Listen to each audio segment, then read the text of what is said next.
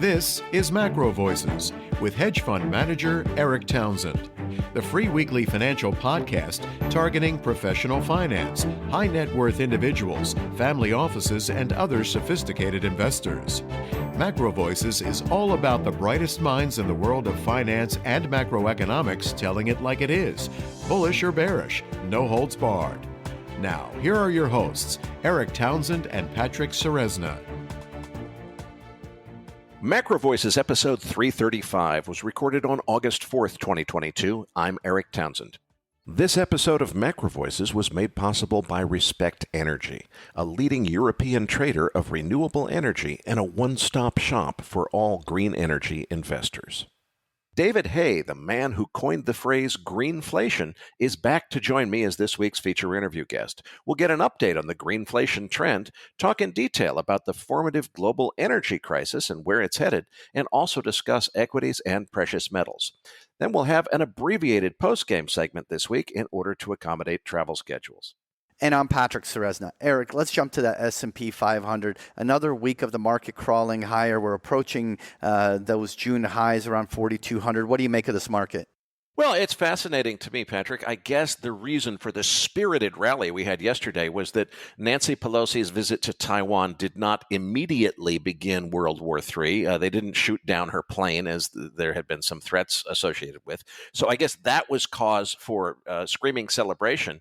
Now what we've got today is literally ballistic missiles flying overhead in Taiwan, Chinese live fire drills, including fighter jets buzzing the country, really trying to intimidate the Taiwanese to punish them for allowing Nancy Pelosi's visit. Potentially, this could be the pretext for a full-scale invasion of Taiwan by China. And as a result of all that today, the market's down such a small amount that I can't make out on my chart exactly how much, just a few points. So if ever there was a case of good news, sort of good news, which is Nancy Pelosi got out of Taiwan alive, if there's ever been a case of good news helping the market a whole lot, but bad news not really taking the market down, I guess this has to be it. Ballistic missiles overhead, and we're down a few points. I think that it continues to be the case, Patrick, that this market is defying gravity. It seems to me that we really have not seen the worst of the economic news. I think the recession is not yet fully priced in. But boy, the market is definitely rallying. It seems like this is either the mother of all short squeezes or the sellers had just run out of shares to sell or something. I'll be surprised if that was really the bottom, but it seems like we just took out the 100-day moving average. We're out of obvious resistance levels. What do you make of it? Well, you know what? I just generally think that the market was so oversold after having a very bearish 6-month breakdown, and even during bear markets, there are numerous bear market rallies that ensue that last even several months in duration. I just don't see any evidence that this is anything different than a potential bear market rally. I think it's too premature to start getting overly bullish or excited about what was a very oversold market bounce. And that's where we find ourselves. Anyway, Erik, let's move on, though, to the dollar index, because over the last few days, the dollar tried to turn back up. It was above 106 for yesterday and giving a little bit of a back, but really starting to stabilize a little bit here. What's your take on the dollar? Well, we're just a hair below 106 now at 105.71 as we're speaking well before the close on Thursday. We're recording a little bit early this week. You know, I still look at it as we're basically holding approximately that 106 level. If we saw a sustained move below 104, that might tell me that a deeper correction has begun. But I think this is just a normal consolidation. I'm not too worried about it. I do think that the dollar is going to continue to be strong, and it should hurt other assets, but we'll see what happens. Certainly the stock market didn't get the memo on that one. All right, well, let's have a deeper conversation here on crude oil, because one of the things that we were talking about when we were talking charts last week was, you know, this trade range between 90 to 100. And, well, We're at 88. We're breaking below a 200-day moving average here. It just seems like crude oil doesn't want to move at all bullishly. It's, in fact, I would argue that this is now a technical breakdown that is going to spur on a little bit more selling. What's your take on how this is all playing out? Well, Patrick, I think it was over a month ago now that I first said, I got a feeling that before this is over, we're going to hit the 200-day contract moving average, which is now at 88.74.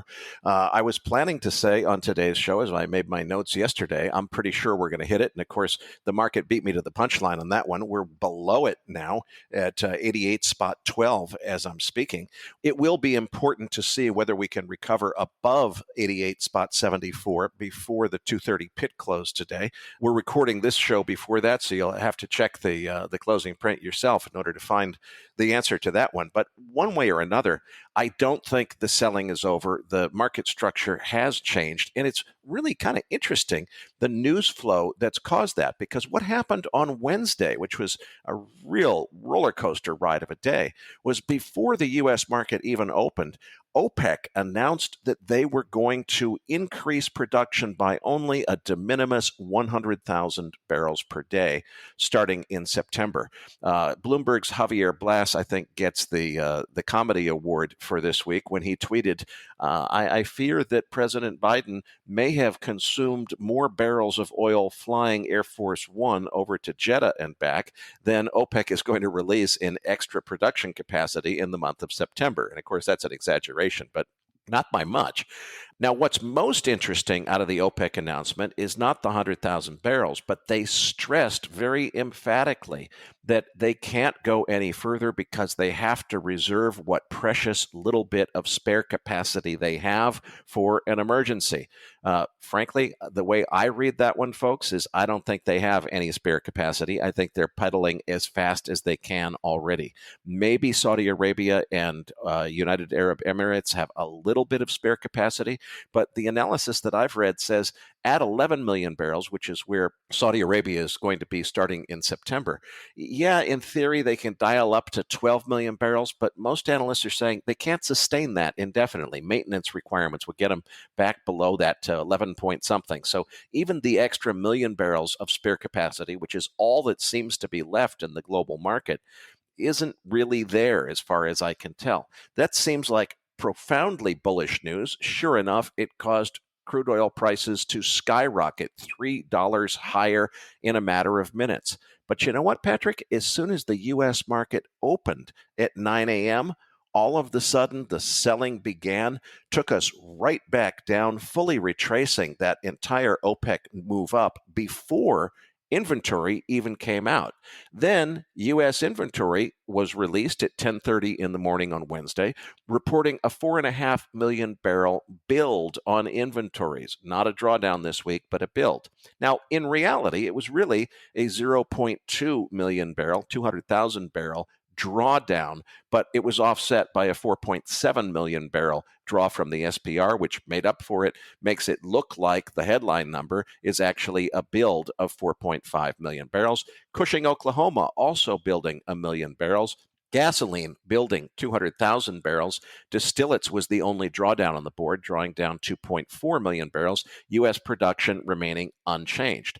Now, interestingly, normally when you get a big print like that, a big build, the algorithmic traders are programmed to react, and it's within milliseconds of the news coming out that the market reacts. We didn't see that this week, which really surprised me. There was a good 3 or 4 minutes of no reaction at all in prices before the selling resumed, and boy, did it resume in earnest once it got going. That took us down to retest the July 14th lows, but completely different tape action than what happened on July 14th. On July 14th, the market had sold off during the European session, probably got to the point of hitting some stop losses for some big funds. As soon as the U.S. opened, it was sell, sell, sell, sell, sell until 10 o'clock in the morning. The smart money saw that the selling had finished, and they jumped in and bought like crazy. By the time we got to the 2:30 close, it was a reversal day. We had retraced to the upside all the way back, not only the U.S. session losses, but we fully retraced the Europe session losses and ended up with a reversal candle on the day. The opposite of that happened on Wednesday. We saw sell, sell, sell all the way down to closing at the 230 pick close, almost on the low print of the day. A very, very weak attempt to recover just $1 or so on the European session overnight. As soon as we got, even before the U.S. opened, around 6 or 7 in the morning New York time, the selling resumed and took us well below the 200-day contract moving average, which is 88.74, all the way down to 87.60-ish or so. Looks like we're trying to bounce now. It'll be very interesting to see if we can get above that 88.74 200-day, but I can tell already from this tape action, we're not seeing the exuberant, everybody piles in and, okay, the bottom's in, let's buy this thing hand over fist, the way we saw on the 14th of July. This is, maybe it's going to try to bounce a little bit. It'll be interesting to see whether it can get back above that number before the close. So there's clearly a very strong impetus here, despite the fact that we've got big geopolitical escalations, which normally help the price of crude oil, despite the OPEC news.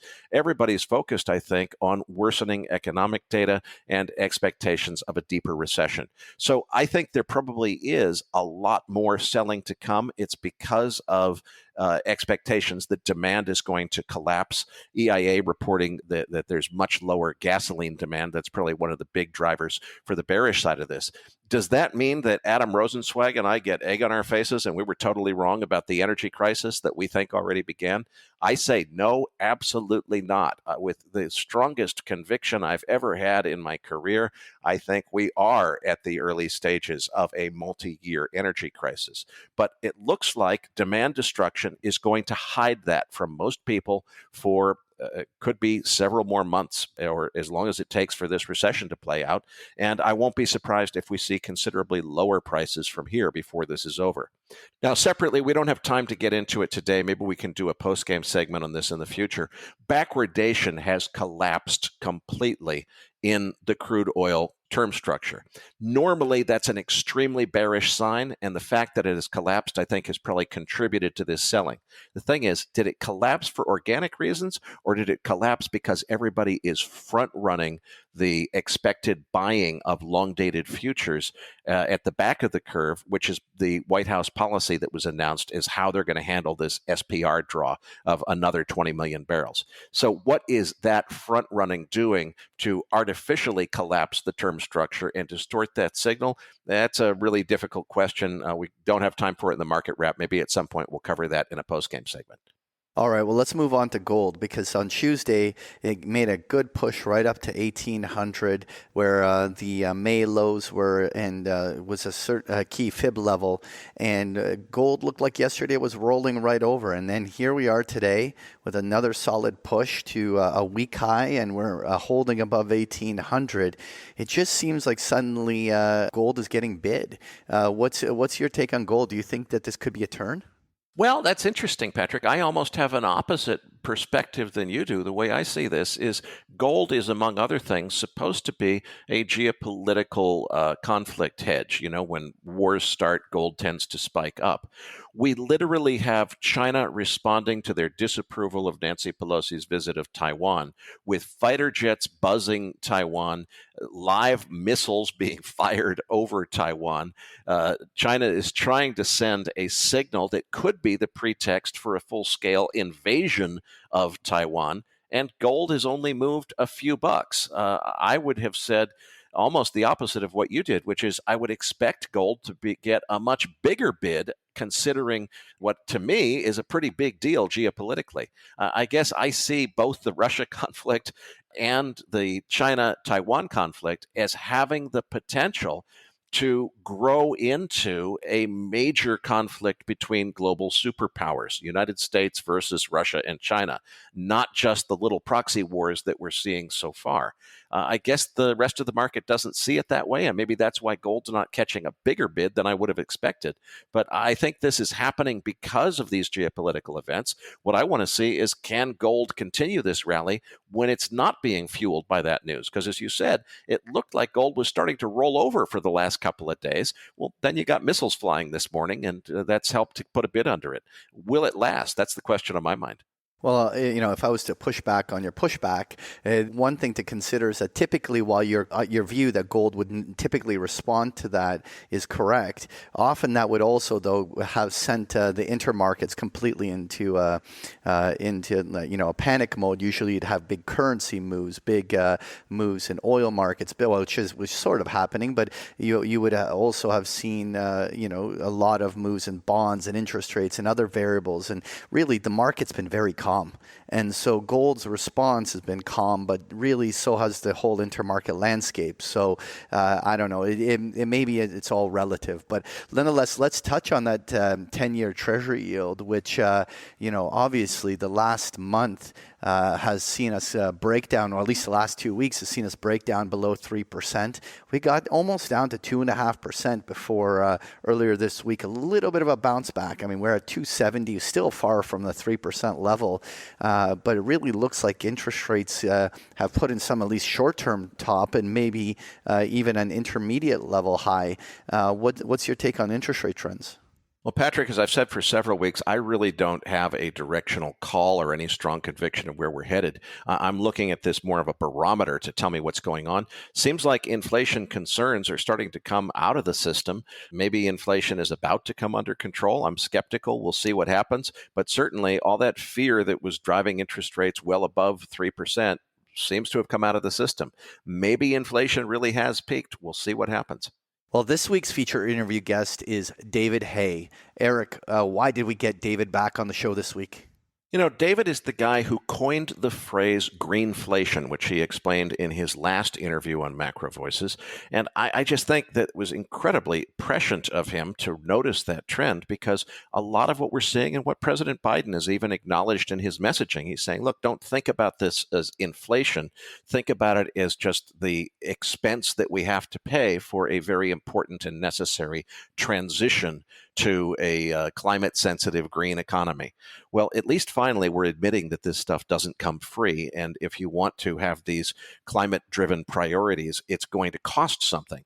So now as we see interest rates seemingly coming back down under control, as we just talked about in the market wrap, and as we see people calling a peak in inflation, saying, okay, the worst is over, it's all going to get better from here, I wanted to get an update from the guy who coined the phrase Greenflation and see where he sees this is headed, what he thinks is coming next. Well, Erik's interview with David Hay is coming up as MacroVoices continues right after this message from our sponsor.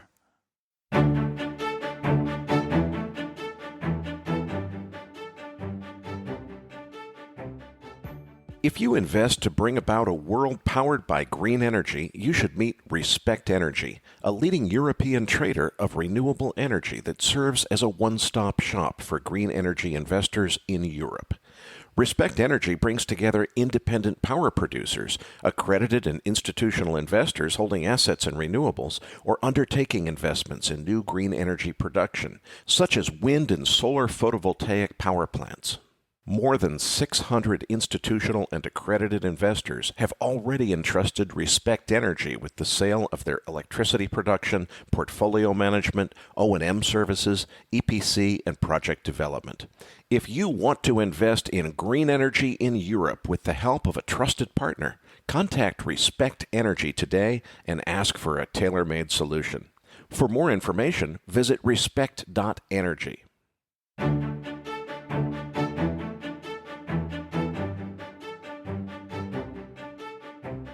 And now, with this week's special guest, here's hedge fund manager Erik Townsend. Joining me now is David Hay, Chief Co-Investment Officer for Evergreen Gavekal and the founder of the Haymaker social media site. David prepared a slide deck to accompany this week's interview. Listeners, you'll find the download link in your Research Roundup email. Now, if you don't have a Research Roundup email, just go to our homepage, macrovoices.com, look for the red button that says Looking for the Downloads. David, it's great to have you back. I want to credit you for being the guy who told our listeners first about what you called Greenflation, the idea that, hey, as much as the climate agenda and so forth, these are all noble goals, things we ought to do to make the planet a better place.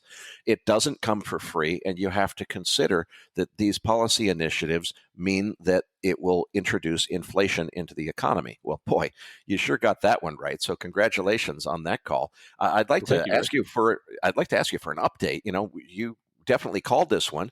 How has this gone? I wasn't expecting President Biden to essentially say the same thing when he told everybody it's not a recession, it's a transition, and it's a cost of getting to green energy. How has this played out compared to what you expected, and what do you see next for this greenflation story? Well, first of all, Erik, it's great to be back on. We had a really lively discussion last time. I went back and I listened to it, and you and I made some pretty good calls at that point. In fact, both of us were very skeptical that energy prices would stay suppressed, particularly as we got deeper and deeper into what I would call the great green energy transition, to use that transition word again. And it's pretty remarkable, really, what's happened. I mean, it was, if you remember, that one of the big focus points in that discussion, which I think was October 28th of last year, was what was already a serious energy crisis in Europe. Oil and gas prices, electricity prices were exploding already at that point. But since we talked, actually, electricity prices in France are up another 500%. And in Germany, they're up 300%. I just don't think Americans have any clue as to how bad it is over there. And a lot of this started way before Putin put on his blitz, way before those tanks ever crossed the Ukrainian border. So this is a problem that's been festering for a long time. Well, David, when you talk about lively discussions, I know you're a regular listener to the show, so I'm sure you heard my interview with Adam Rosenzweig last week. I'd love to get your reactions to that. Is there anything you disagree with Adam on, and how do you see things compared to the way he described the energy situation? It was terrific, and I'm a big fan of Adams. I read their research routinely and have for years. In fact, that's one of the reasons I was so convinced that energy was a screaming buy last October, even as far back as 2020.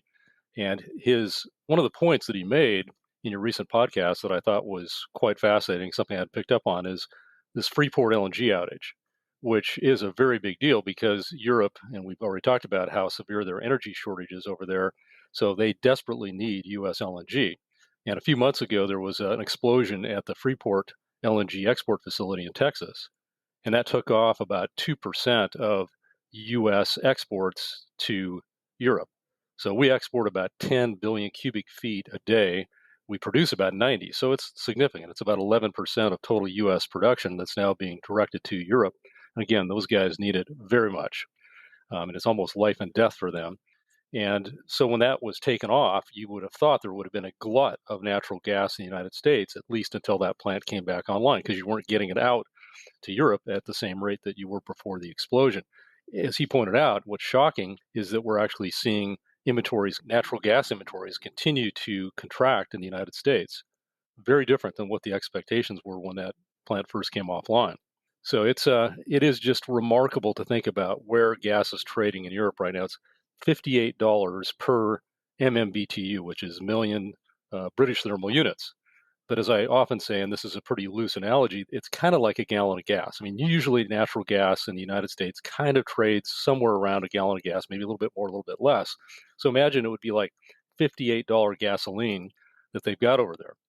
And what's interesting, and this is actually a lead into a very important point, because I also noticed in your back and forth with Adam that you were expressing concerns that perhaps the U.S. crude oil market could be glutted, or even the global crude oil market might be in a glut situation because of demand destruction caused by a recession. And that's a whole other topic that I know we're going to get to, the economy, and are we in recession, will be in recession. But I want to make the point to you that even if we do go into a global recession, I believe there will be virtually no demand destruction of crude. And the reason is fuel switching. So what you're starting to see in Europe is something I've been actually talking about for a couple of months and writing about, which is that the European companies and utilities, the big companies like their chemical companies, their petrochemical companies that are being threatened with shutting down because they can't get natural gas for their feedstock. But what the utilities are beginning to do, and even some of the large companies that generate their own power, is they're now saying they're going to switch over from burning coal or natural gas, because that's where the traditional fuel switching has been, right? Between coal and natural gas, depending on which is cheaper. Now, oil is so much less expensive than either natural gas or coal in Europe, they're going to burn oil. So this is it's a big, big deal. And right now, I think most recent projection I saw was that it would be an increase of about 800,000 barrels per day, almost a million barrels per day, by the European industrial base starting to burn oil. And again, particularly utilities, because you can generate power with coal, natural gas, or oil, or in some cases, nuclear. And then there's, of course, the burning of wood pellets. We may want to talk about that. That's one of the most scandalous things that's going on, but I don't want to go down that rabbit hole quite yet. But if you look at oil on an MMBTU equivalent basis, so $100 oil is equivalent to about 5.8 MMBTUs per barrel. So if you do the math, what it really boils down to is we're talking about $18 equivalent gas. Now remember, it's 58. So they can buy oil and they can get natural gas at a price equivalent of about $18, and they're going to be buying that every single spare barrel of oil that's out there. Europe will suck in my opinion. And it's also a heck of a lot easier to ship. As you know, LNG is tricky. You got to freeze it down to 270 degrees minus Fahrenheit. And then once you get it over to Europe, you've got to have a regasification facility. You've got to be able to deliver it to the various places where they need it, which typically isn't Germany. They're trying to put in floating regasification units on a overnight rush basis. But oil is a much easier commodity to ship and much cheaper. So I think that's something that I really haven't heard hardly anybody talk about. I've heard it a little bit from Cornerstone Analytics, Mike Rothman. I heard a little bit from Marshall Adkins at RayJ, but for the most part, that's just off people's radar. And I think it's a big deal. We've never gone into a recession with a major energy consumer unbelievably short of energy. So that's my little twist on that. I want to push back on that one, and I'm just doing this off the cuff here because I hadn't thought about this. But what I strikes found something me, you hadn't thought about. That's amazing. well, what strikes me about this, I get the math on the energy equivalent, but the question that really hits me is, okay, if I think about the politics, particularly of Europe, what you're saying is somebody's got to go and say, we've got to make a very significant capital expenditure to put new equipment in because we're going to switch from burning natural gas as a fossil fuel to burning crude oil. It's not crude oil, but they're going to burn something that is produced directly from crude oil as opposed to directly from natural gas. They're going to burn heating oil or something that comes from crude oil. Well, wait a minute. How do you justify the capital expenditure of the changeover of equipment? Because the burners that are burning natural gas don't just burn fuel oil. You gotta buy a new furnace or a new machine, whatever it is that's consuming that energy. How do you justify new capex on something that burns crude oil or a crude oil derivative in the political environment that exists in Europe? It sounds to me like a hard sell because look at what's going on in Germany. Despite this crazy crisis, they had announced that they were going to take their remaining 3 nuclear plants offline at the end of this year because of a misplaced belief that nuclear is anti-green, which, according to the green movement, they think it's not a sustainable energy source or it's not green.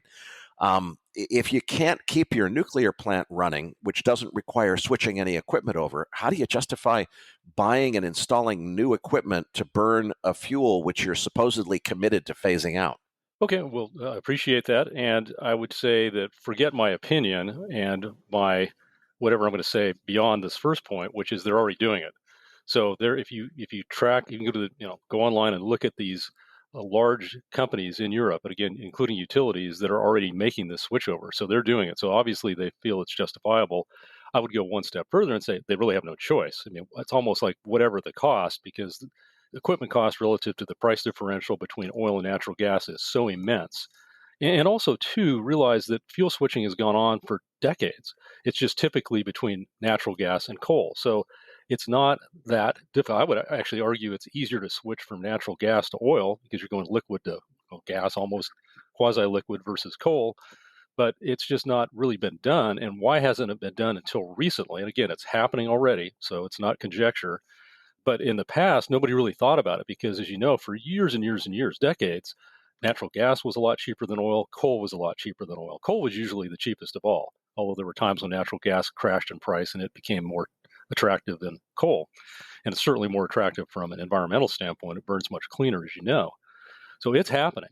And I just don't think most people have focused on that yet. And there's still, I mean, your concerns are shared by a lot of folks. Every time you see, like yesterday, there was bad economic data out of China, and what happens to the oil market? It goes down, $4.50 a barrel. That's a big one-day drop. So every time there's weakness, like when you might remember right after we just had our chat, about 3 weeks later, the whole Omicron thing hit the scene, and oil stocks, energy stocks just got crushed right after Thanksgiving. And every one of these has been a great buying opportunity because there is this underlying tightness that we have in the commodity market. And you're very skookum, very aware of what's going on in the oil market. So you're tracking what's happening here with this announcement where the Biden administration is going to try to narrow the spread to get a buy forward futures to try to bring up the kind of solve that extreme backwardation situation that we've had, or at least partially eliminate that. And they have. It's as you're well aware, it's come down pretty significantly. But this just is another manipulation of the oil market. The first one, of course, is the release of the SPR, which is 1 million barrels a day. So that's a big deal. That's a lot of oil. It's about 1% of the market. And they're going to run out of that at some point this fall. So you're going to have that flipping. So there's 1 million barrels a day of reduced supply. Then you're going to have China reopening, which is always it's kind of a Greek farce in a way, or tragedy, that they go through this. It looks like they're out of the woods, and then they're back in the woods. Their zero COVID policy has been real problematic in that regard. But then you're going to have this fuel switching, which I think will be at least 1 million barrels a day. So you're looking at about a 4 million a barrel a day swing that is going to use up any demand destruction that occurs. And that would be to go down more than 4 million barrels a day would have to be just a horrific global economy, which I guess we could get, but I think that's unlikely. Well, that's where maybe we disagree a little bit. And I'm with you. What I've been saying for months now is I thought that what we were going to see was the market needed to price in a recession, which meant that the flow of crude oil futures, all the speculative open interest, would come out of the market. Now, that's already happened. And I thought once the speculative open interest was out of the crude oil market and we stabilized in terms of where the specs were on the open interest charts, on the commitment of traders reports, I thought that we would then see a resumption of the bull market in crude oil prices. And what I've realized is, there's plenty of scope considering that central banks all around the world overstimulated through the pandemic crisis. There's plenty of room for a really, really deep global recession, which causes a whole lot of demand destruction, and it's the whole planet. So, I'm absolutely convinced of the basic thesis that what happens here is oil prices go down as we price in the recession, then eventually they start going up again. But frankly, I've opened my mind to the possibility of another $20 a downside on oil prices before that resumption of the uptrend occurs. And the reason I say that is I think that this coming global recession, not just U.S., could be a lot deeper and longer than most people think. Well, I certainly agree with you when it comes to Europe. I just don't see how they avoid a nasty recession. There's just so many things going against it, but primarily energy. I mean, if you got a major drop in energy prices, that might throw them a lifeline. I just don't think you're going to get that, at least when it comes to crude oil. I mean, I do think their natural gas prices at $58 per MMBTU is just, that's just off the charts. So I wouldn't be surprised to see that come down fairly drastically, but probably not to that $18 equivalent on oil. So I do think you've got a bid there that's going to be surprisingly persistent.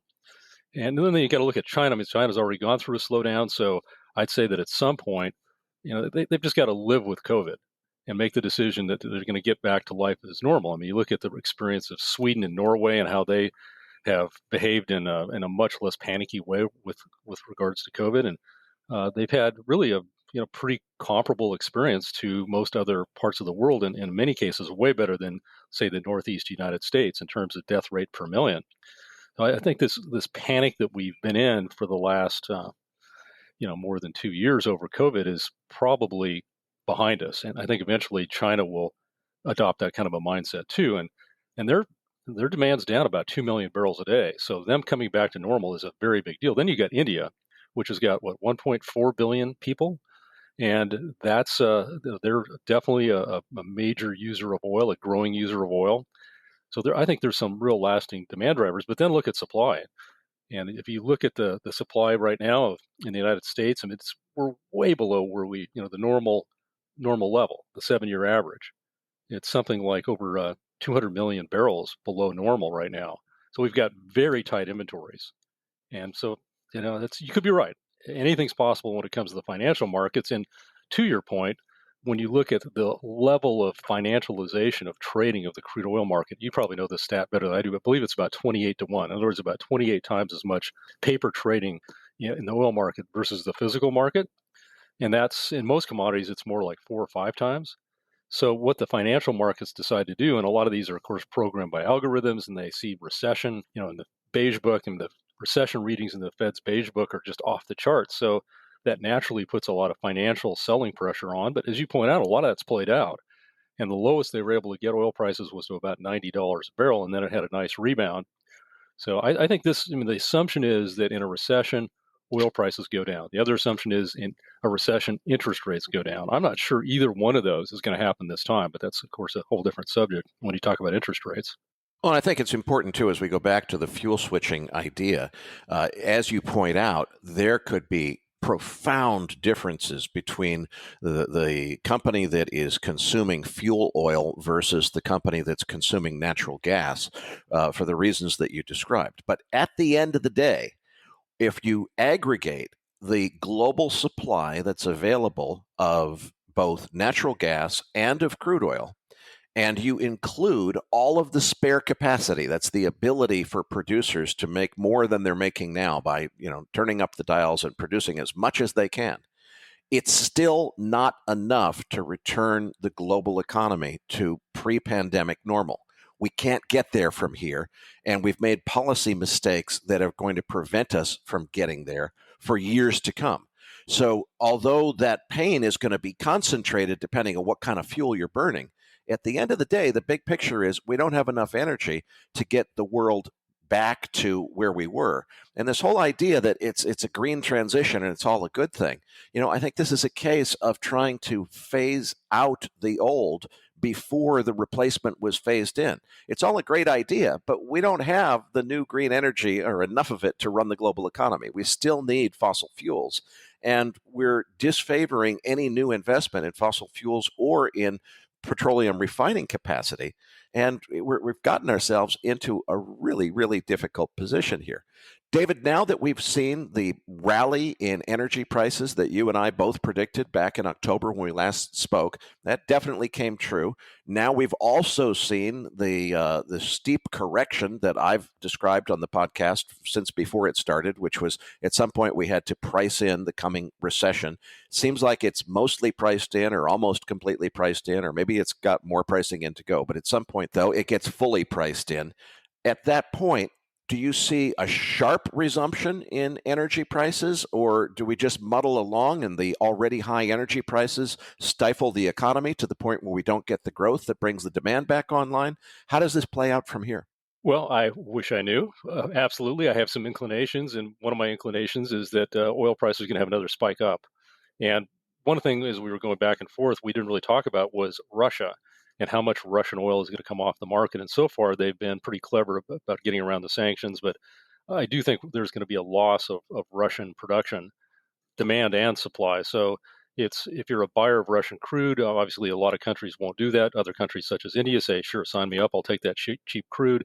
But there's difficulties in getting it to market. The Russian energy complex was really set up to send energy west to Europe through the pipelines, not really as well set up to get it on ships, and they certainly can, but it's obviously much more difficult and expensive and time consuming to put it on a ship and sail it all the way around, say, to India versus piping it to Eastern and Western Europe.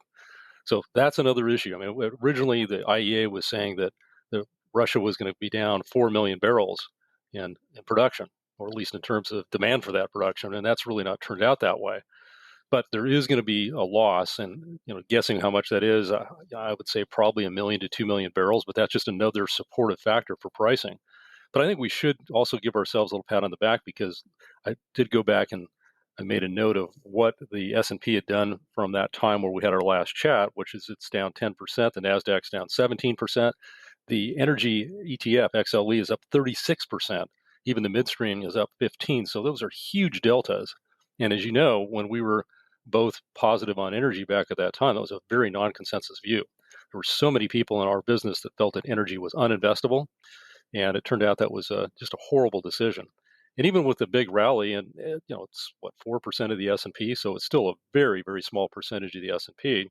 And the other thing, to your point about watch out for a correction, there's been a brutal correction, much more so than the price of oil, with a lot of the energy names down 20, 30, even 50% from early June. So it was like a vicious bear market that came out of nowhere. So I think you've got a great setup. There's some of these companies that are trading with 25% free cash flow yields, trading at 3 and 4 times earnings. And those earnings are based, as you know, on that forward curve. So that when analysts set their earnings estimates for 2024, they're looking at where's the futures market in 2024. Well, even though the backwardation, which is, to be clear, the difference between the spot price and let's say the 2-year out price, typically the spot price is at a discount, which would be contango, the normal structure. Backwardation is where the spot price is above. In this case, it's $20 a barrel above. And you and I both said one of the best plays back in late October was to buy the longer dated futures contracts. And boy, those worked really well. And I still think they're a great buy. But the point is that because earnings estimates are based on those futures contracts, there's that undervaluation kind of built in as well. So I continue to think energy equities are going to be very strong performers over the next year or two. David, that buying opportunity you're describing is presented visually on slide 1. What's going on in this chart? So basically, the red or pink dotted line is showing you where the energy index is trading. So you can see the huge move that happened after we had our first discussion. Energy index means the stocks, the energy stocks, exactly, as opposed to the actual crude oil itself. Correct, like XLE, the energy stock ETF. And so you can see the big rise, but you can also see this big decline that I mentioned here earlier. But what is really showing between the pink line and the green line is that based upon where even the 2-year out futures contract is trading, which is right now about 80, that is well below. Basically, energy equities would need to trade up to a little over 800 on the index to be equivalent to where the 2-year futures oil contract is. And obviously, it's bouncing around a little bit. So on this chart, it was 75. I think it's still about where it is right now. So the point is that just to be where even the undervalued futures oil contract is, these energy equities would need to appreciate significantly, basically from roughly 500 to roughly 800. So that's about a 60% undervaluation. That's a big move. So you think the real buying opportunity is in the stocks, which are more discounted than the price of the energy itself is? Correct. Now, David, let's put this in context because we're looking at this chart, and I'm sure a lot of our listeners would look at this and say, boy, it's sold off. There's a dip there. But before I buy that dip, it's up a heck of a lot since the 1st of May. I think it's really important to put in context where we are in this story, which is all summer long, we have been drawing down 1 million barrels a day from the SPR. Now, I think in theory, the promise is that we would be rebuilding 1 million barrels a day, or maybe they're not going to put it back as fast as they took it out. So maybe it's 500,000 barrels a day. But let's say we were getting a benefit of 1 million barrels a day, and we're supposedly going to pay back 500,000 barrels a day. That means there's 1.5 million barrels a day that's not going to be there as we go in the other direction from draining down the SPR to supposedly refilling the SPR. Now, personally, my prediction is the Biden administration is not really going to follow through and actually refill the SPR and replace all the oil that they sucked out of it over the last however many months it's been. But assuming that were to happen, or even if it didn't, we still are losing the benefit of that 1 million barrels a day. And I'm not sure where it's going to come from. It's not like anybody is dramatically increasing production. We're recording this interview on Tuesday morning, so we don't have the announcement from OPEC Plus, which will be out by the time the interview airs. But I'm pretty confident they're not going to be increasing by 1.5 million barrels a day to allow room to stop drawing down the SPR and start replenishing it. So that would suggest that if they just stop drawing down the SPR, which has been promised supposedly now, just pure coincidence to coincide with election season in November. After election season is over, come 1st of November, there should be the impetus for maybe another move up in energy prices. And of course, markets tend to see these things coming and move before that. So is it early to buy this dip, or is it really a ripe time to buy this dip? Well, it was a very ripe time a few weeks ago, but as you know, that the kind of the whole real asset class area has been in rebound mode. But still, the amount of damage that was done from basically early June to early July was pretty epic, and there's only been a partial recovery. I mean, they have, it's been a pretty healthy bounce back, so it might make sense to just nibble a little bit for people that are underweight or not exposed to energy at all, but which is by definition almost everybody, because as you're well aware, the world has gone so much toward indexing, and indexing by definition has like a 4% exposure to energy. So, in my view, that's way too low in a world that is chronically short of energy and fossil fuels in particular. So, yes, I think you would buy a little bit here, but buy more aggressively in any pullback.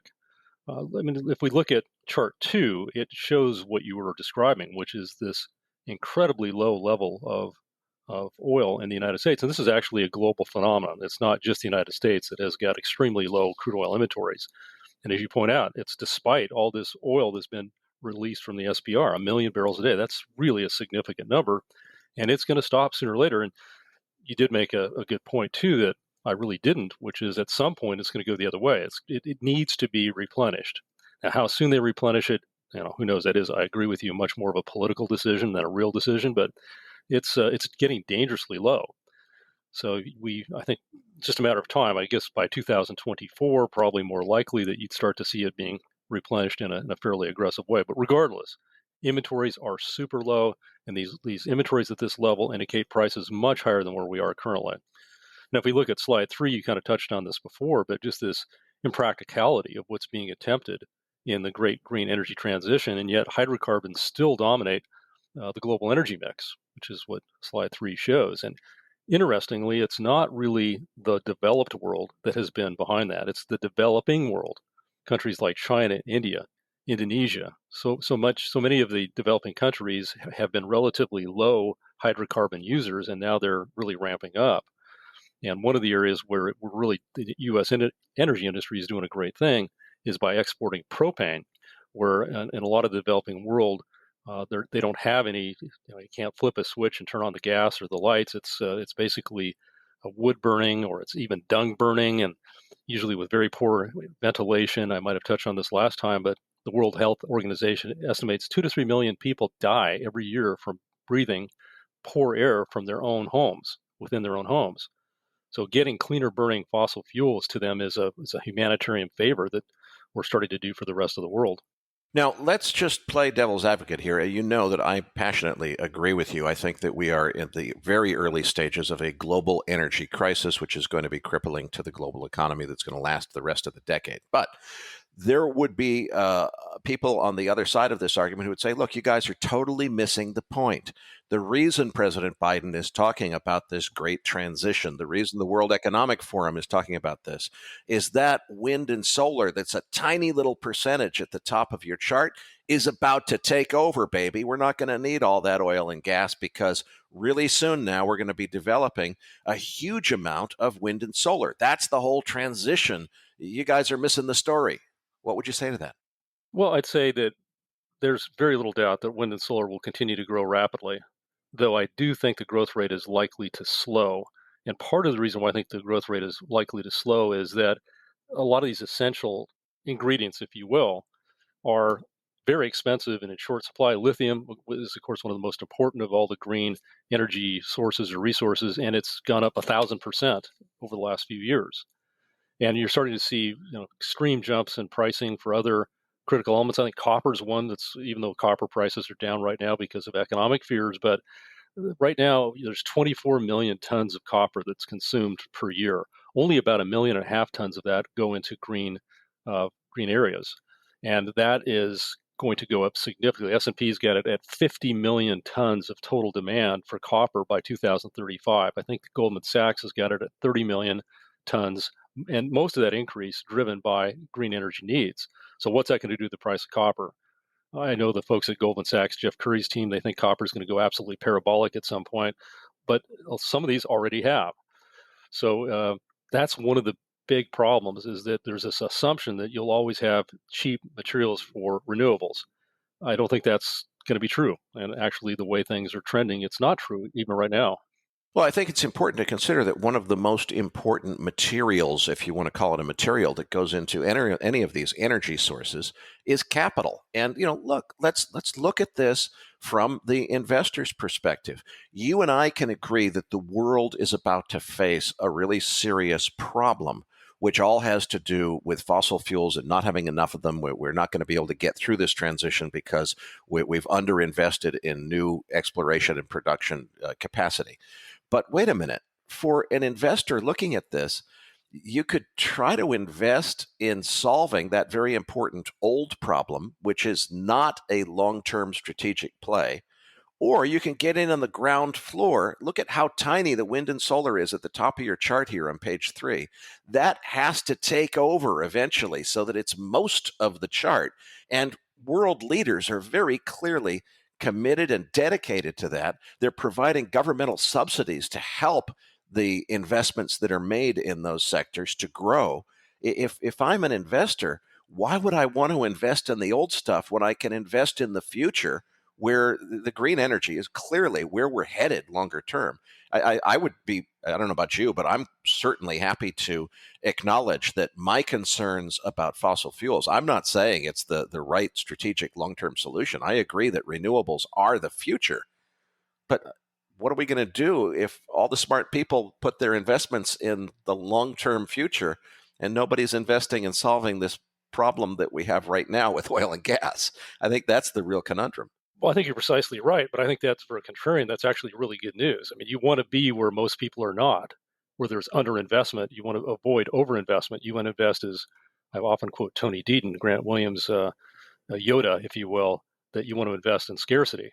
So where is scarcity? Scarcity is ironically in not only fossil fuels, but in things like copper, where it's not just capital starvation. You made that excellent point, which I didn't, about energy, that there's been this absolute cliff dive when it comes to investing in new oil and gas production. And it's partially because of ESG. It's partially because there's been 2 oil busts. It's partially because there's tremendous pressure on Wall Street not to reinvest, but to buy back shares and pay out dividends.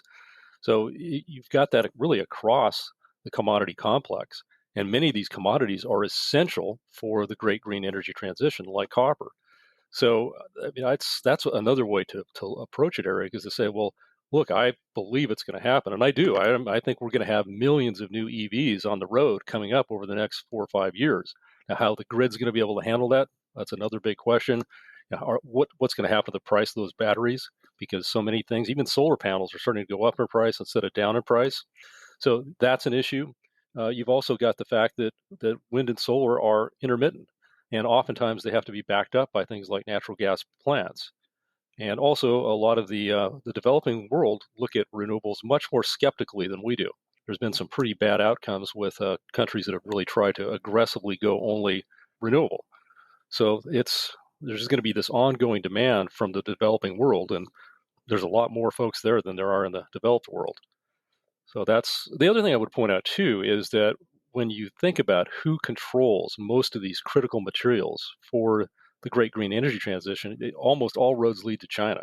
And just look at the problem that Europe has for being heavily energy dependent on Russia. So does the rest of the West really want to, and Europe for that matter, make that same mistake instead of jumping from the, I guess you'd be jumping from the Russian frying pan into the Chinese fire in that regard? It doesn't get much press, but I think it's extremely dangerous for us to be trying to power the Western world on renewables, which have their intermittency issues, but they also have this scarcity problem, and so much of it controlled by China. You probably know off the top of your head, I think it's something like 95% of rare earth minerals are controlled by China, one way or the other, either in terms of the actual source of the processing.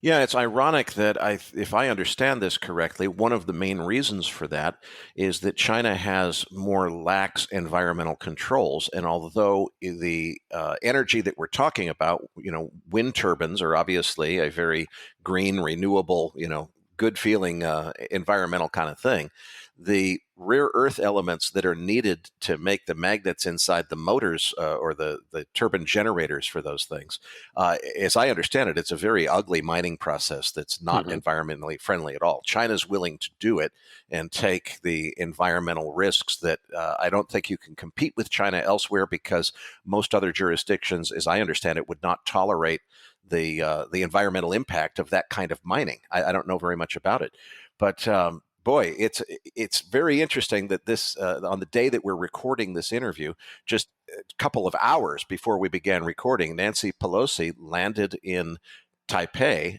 first time in 25 years that a senior U.S. government official has visited Taiwan, and already the Chinese military has pledged to conduct military responses, and they haven't said what that's going to be yet. So we have escalating geopolitical tension with China at a time when our green energy transition is very much dependent on those rare earth elements that come mostly from China. You're right. Yeah, that's another bizarre geopolitical move as far as her visit at this point in time. But I guess they say it is what it is. You know, something else that really struck me, gold, which you have on page 4 of the chart deck, is supposed to be, at least some people think, it's a geopolitical hedge. So when things get dicey in the geopolitical world, the price of gold goes up. Gold is absolutely flat on the day that Nancy Pelosi landed in Taipei and China vowed military response. And meanwhile, we have another conflict with another nuclear superpower. What's going on with gold here? And how come it's not, I guess you're showing on the chart here that in US dollar terms, it's maybe not doing that great, but in other currencies it is. Where do you see gold going from here? Well, I'm not as bullish on gold as I am on energy and other commodities that get consumed and are really vital to the operation of the world. The world could get by without gold, although it never will. I think one of the reasons why gold has got a persistent bid is because foreign central banks are gradually accumulating gold and kind of erratically divesting themselves of treasuries. And of course, the whole weaponization of the US dollar that happened with the sanctions due to the invasion of Ukraine makes foreign central banks even more hesitant to hold US dollars or treasuries. But speaking of the US dollar, that's what's really been behind this correction in the price of gold. Because gold and other, as we see in chart 4, and other currencies, it's actually made new highs. So if you're a Japanese investor, you're probably pretty happy with your gold holdings. But for the U.S., where we kind of denominate everything in dollars, not so hot. And of course, the gold mining stocks have been even worse. They've been enduring a really serious correction, though they had a great move earlier in the year. They were up like 23, 25% in the first quarter or during the first quarter when the market was down. They're not anymore. Not anymore. No, you had to take some profits there, which we did, and I guess that's maybe what we do differently than typical gold-oriented folks, because we do like the gold story long term. Because I do think we're going through this kind of gradual death of fiat currencies, and having gold and silver in your portfolio is, I think, it's one of the best hedges against that kind of massive debasement. But that's not probably right around the corner, of course. But you get these powerful up moves, particularly in the miners, and we don't get out, but we take significant profits. I mean, but from April of 2020 to about September 2020, I've never made so much money for clients as we did with the gold and silver miners at that point. But you had to take profits, and we took huge profits at that point. We took profits earlier this year, but still, it's disappointing that they trade as inexpensively as they do. But frankly, when you compare the valuations of the gold miners to something, let's say APA, the old Apache, APA is the symbol. They just use an acronym for their name now. But that's one that's got about a 25%, if not over 30% free cash flow yield. You don't find that with the gold miners. And that's, by the way, using estimated, the futures contracts for that. It's basically at about $75 oil and under $5 natural gas to create those estimates. So gold is, again, I think in this day and age, with all the crazy stuff that's going on, whether it's geopolitically or monetarily, I think it's wise to have a position in gold and silver. But again, I think there's other areas that are more appealing. Moving on to page 5, boy, the Fed is still expanding its balance sheet, even in the face of inflation. How long can that continue? Well, they're trying to do QT right now, the inverse of QE. So QE is when the balance sheet expands. QT is when it contracts. As you can see, there's a little bit of a blue line below, but boy, they're certainly not moving at warp speed when it comes to shrinking the balance sheet. And what's absolutely incredible, one reason I included this chart, was as recently as March, the Fed was still printing money. Now, I say printing money, it's used loosely because it's not like the old Weimar Republic.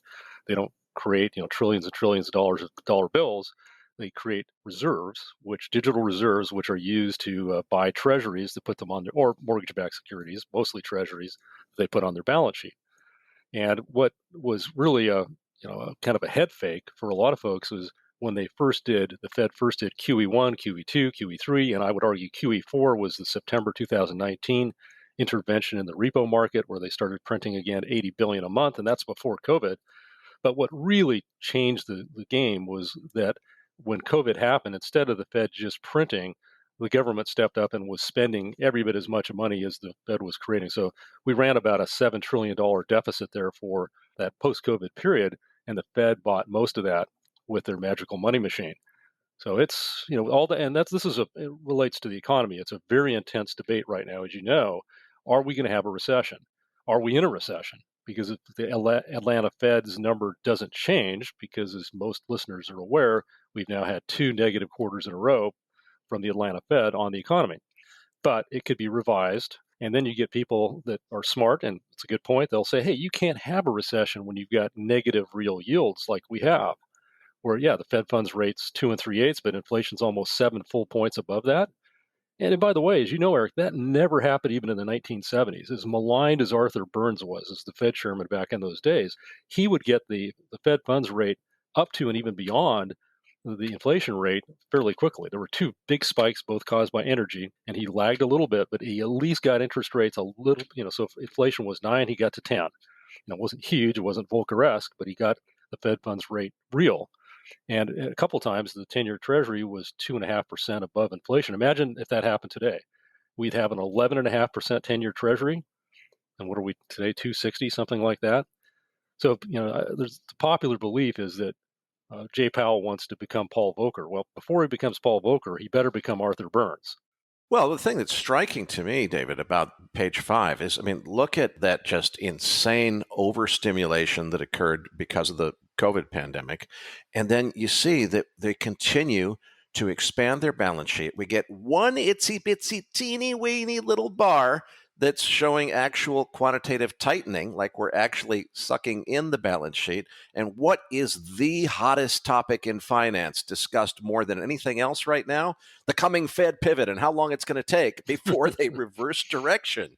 Right. So, we got one itsy bitsy little tick of contraction in the Fed's balance sheet, and everybody, a lot of people are complaining that they think the Fed has taken too long to pivot back to a more dovish stance.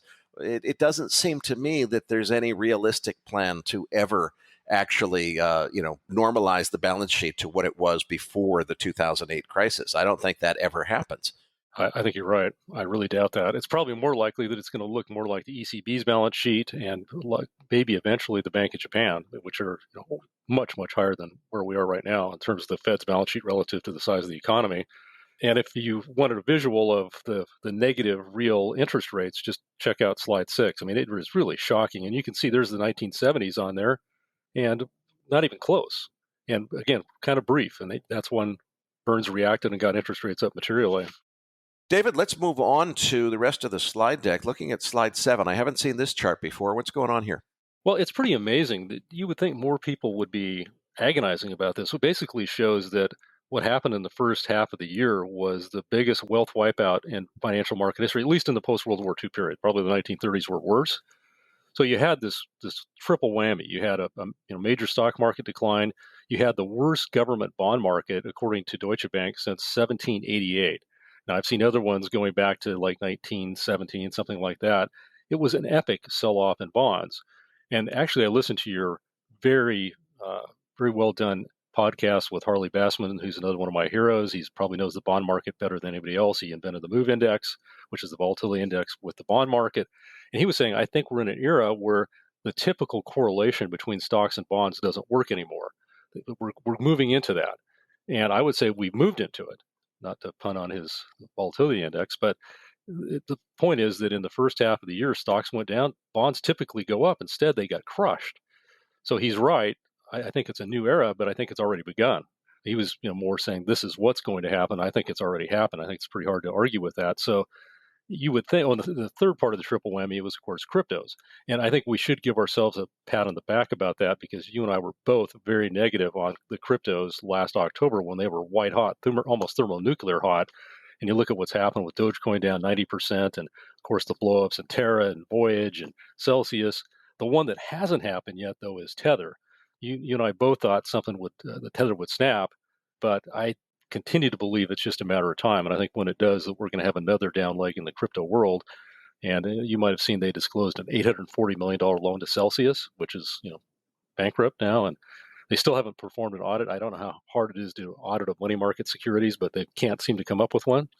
So anyway, just I think we can feel good about that. Where I think I was especially wrong was the dollar, because I did not think the dollar would continue to appreciate. And it's very odd with inflation surging, which is another thing that we both anticipated, that inflation was not transitory, and we were dead right. It did accelerate, but man, to have a dollar go up, the dollar go up the way it has with inflation, on the warpath is very, very unusual. So as far as getting back to the market, if we went to slide 9, one of the things that I've noticed here lately is you've had a lot of bearish sentiment readings. If you look at the Michael Harnett bull bear thing, the bull reading is at 0. It's hard to get much lower than that. And yet, if you look at allocations, like household allocations, their high net worth universe that they track, very high allocations to equities.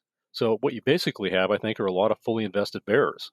So I continue to think that the stock market's going through a bear market rally, and that we're likely to see another down leg here before long.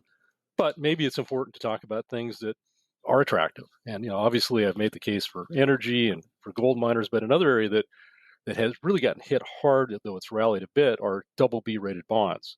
And you may have seen that Jeff Gunlock from DoubleLine was on CNBC last week saying that's an attractive area. We've been big buyers there, getting yields in the 6 to 8% range. And so that's that continues to be appealing. There's actually an ETF, ANGL, the Fallen Angel ETF, and within that is where a lot of the double B rated names reside, and a lot of those look to us like upgrade candidates. So there's been quite a bit of spread widening. So the difference between treasuries and corporates is expanded. So that's a good opportunity to buy corporate debt. So that's an area that looks pretty attractive. Another thing that I would say that I wouldn't go short the dollar versus things like the euro or the yen, but I do think the next big play, or in fact, I'm going to write a piece on it about the next big short, is anti-dollar. I think the dollar is very extended, way too popular, way overvalued. I mean, we are a twin deficit country. Our huge federal deficits, our huge trade deficits, at some point that's going to catch up with us. The entitlements that are unfunded, at some point that's going to be a major drag on the dollar. But I would buy things that benefit from a weaker dollar. Some of the things we've talked about, like copper, for example, and even the gold miners. Lastly, Harley Bassman, to give him another shout out, he was pointing out that the mortgage-backed securities market looks quite attractive at very wide spreads. And he also has talked bullishly about the mortgage REITs. There's one AGNC that's got an 11% yield, down about 30%, very conservatively run. And we also like emerging market debt, which has been crushed lately. And the yields are in the 10 to 11% range. And a lot of these funds are selling at double-digit discounts.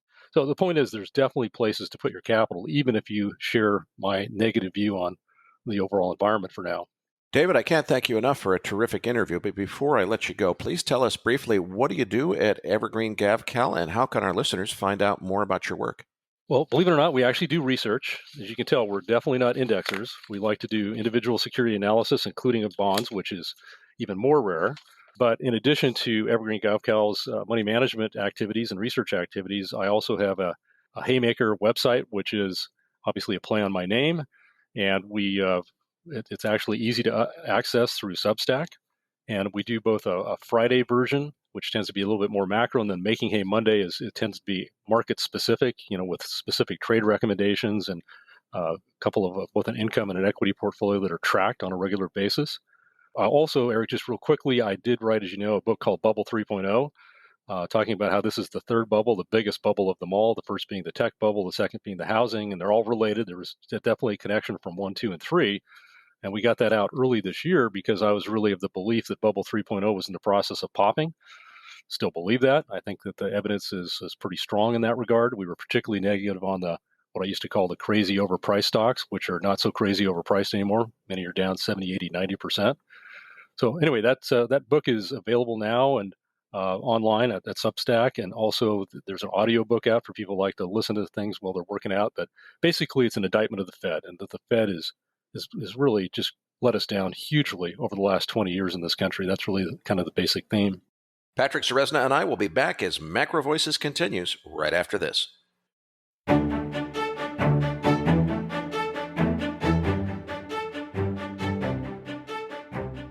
After being completely sold out of advertising space for the last couple of years, we finally have capacity to add a new advertiser. MacroVoices has a PodTrack certified global audience of over 170,000 listeners, and each weekly episode typically gets 60,000 to 80,000 downloads. We have more than 20,000 accredited investors who have registered with us as accredited, and we estimate the total accredited investor audience as at least 40,000 accredited listeners, which we believe to be the highest number of accredited investor listeners of any podcast on the internet. We strive to accept tasteful advertising from advertisers whose product is likely to appeal to our audience. So we're looking for another investment or financial services advertiser to fill the space I'm speaking in right now. Mail order Viagra salesmen need not apply. If your company wants to advertise on MacroVoices, please email sponsorship@macrovoices.com for more information. Now let's get right back to the show.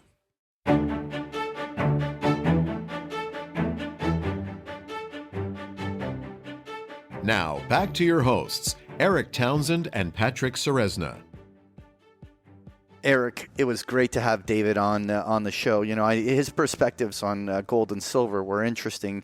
You know, I tend to be a little bit more bullish than his view, but anyway, that's just me. But I thought really what was interesting was the way he took away from that was the fact that we could have a global recession, but energy prices could rise during that environment. I was really interested in hearing you elaborate on that. What did you take away from it? Well, I had previously made the same call. I thought that what was going to happen here is that you would see the flow of speculative open interest in crude oil futures come out of the market. We would see a big sell-off exactly as we've seen. I thought the 200-day moving average was probably the logical target. That's the target that we hit this morning. So my previous forecast was that's where it should all be over. We ought to be bottoming about here, and it should be all uphill from here as the market discovers exactly what David just said, which is listen to what OPEC just told us. We're out of spare capacity. The world doesn't have enough spare capacity to increase production at all from where we already are. And that means it's not possible to return to pre-pandemic normal because there's not enough energy to supply the demand that existed in pre-pandemic normal. Surely that's got to carry energy prices higher.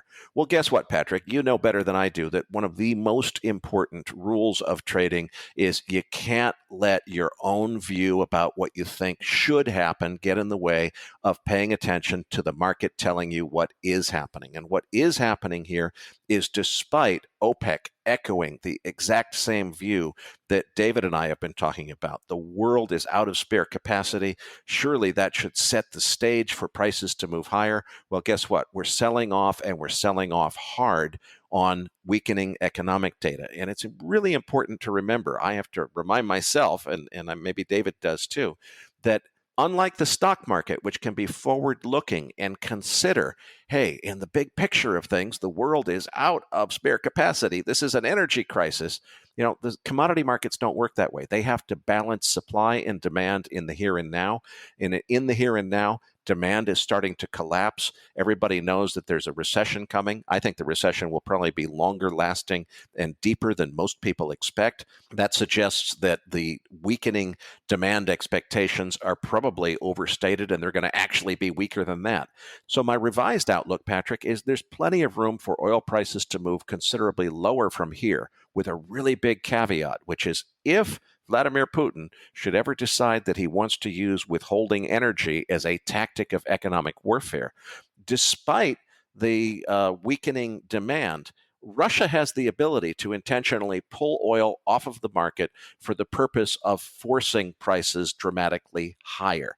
They could still do that if they wanted to, and I think we have to be very alert to that possibility, but it's not what's happening right now. And as the market focuses on the here and now and the balancing of supply and demand, Demand is weakening to the point where supply can keep up. And the fact that OPEC just told us they can't make any more supply if they tried, it's not relevant yet. It's going to be relevant someday. And when it becomes relevant, I say, watch out, because prices are going to the moon. But we could easily see $20 lower on price because of a deep recession before that starts to happen.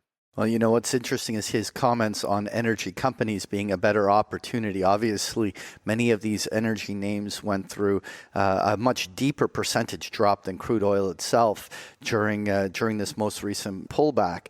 And you could see why that's the case, because, I mean, in general, when the whole stock market is in a bear market and money is flowing out, then the correlation of all assets tends to go to one, and their equities are going to be hurt irrespective of that. But one of the interesting things that will happen here is that if energy prices stay low, crude oil, let's say under $90 for months, I'm curious whether or not that is going to pressure these energy stocks even further on the short term.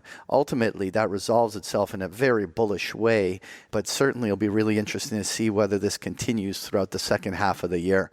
Well, Patrick, I agree. And, something I'd love to talk to you about, maybe we can do a post-game segment on it someday, is to think about how to use options in order to play this. Because on one hand, I do not want to be diving. I thought maybe when we got down here to the 200-day moving average, that would be the time to back the leverage truck up and, just buy long-dated crude oil futures hand over fist, expecting that huge move up that David was talking about, even in a recession. And frankly, as I've rethought that strategy, I don't want to do that, because I think we could see a lot more downside as demand continues to weaken in the coming recession.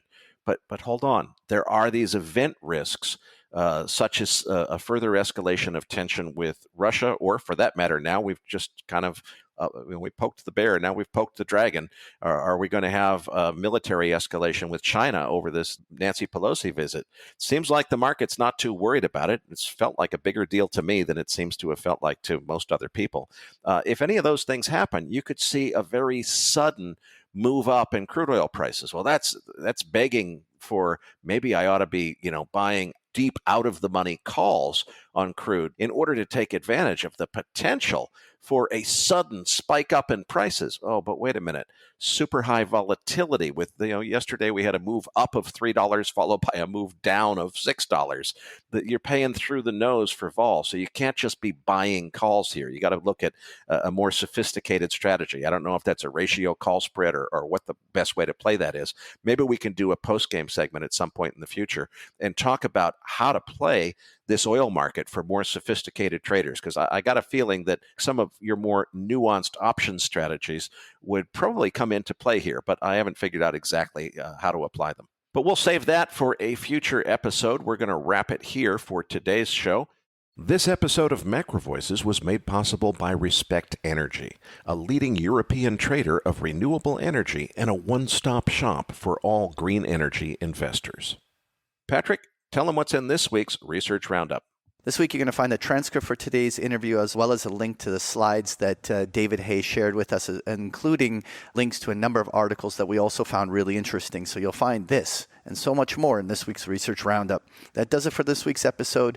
We appreciate all the feedback and support we get from our listeners, and we're always looking for suggestions on how we can make the program even better. Now, for those of our listeners that write or blog about the markets and would like to share that content with our listeners, send us an email at researchroundup@macrovoices.com, and we will consider it for our weekly distributions. If you have not already, follow our main Twitter account at MacroVoices for all the most recent updates and releases. You can also follow me on Twitter at Patrick Ceresna. On behalf of Erik, Townsend, and myself, thank you for listening, and we'll see you all next week.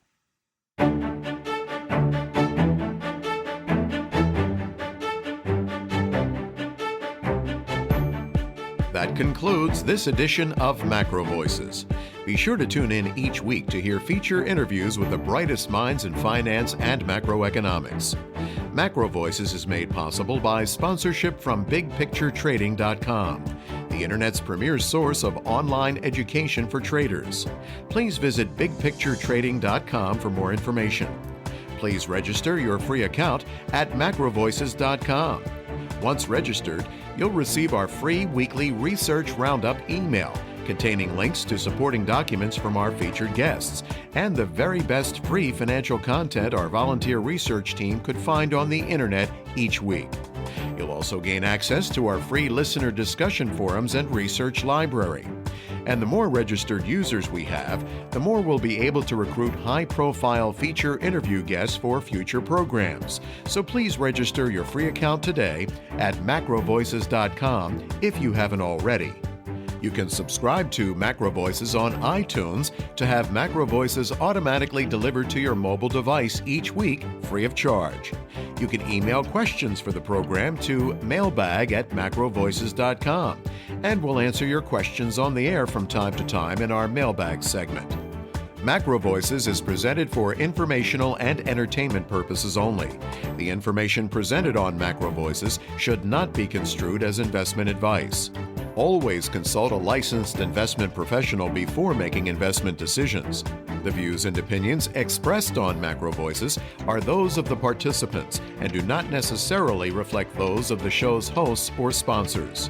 MacroVoices, its producers, sponsors, and hosts Erik Townsend and Patrick Ceresna shall not be liable for losses resulting from investment decisions based on information or viewpoints presented on MacroVoices. MacroVoices is made possible by sponsorship from BigPictureTrading.com and by funding from Fourth Turning Capital Management, LLC. For more information, visit MacroVoices.com.